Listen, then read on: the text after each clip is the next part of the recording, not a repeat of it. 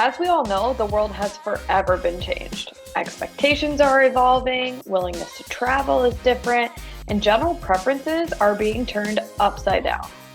If you think about an in-person event being 3D, then adding that virtual layer on top of it really makes for a 4D experience with a lot of potential avenues for attendees to have to navigate.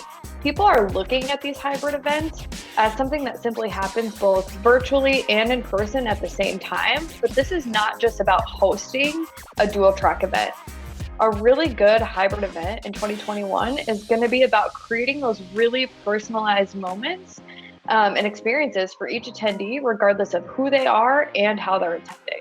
So the question is, how do we provide those really customized and personalized experiences? And there's really one key thing that sticks out in my mind, and it's around engagement. And we need to really consider how we're engaging our attendees, regardless of if they're attending in person or virtually.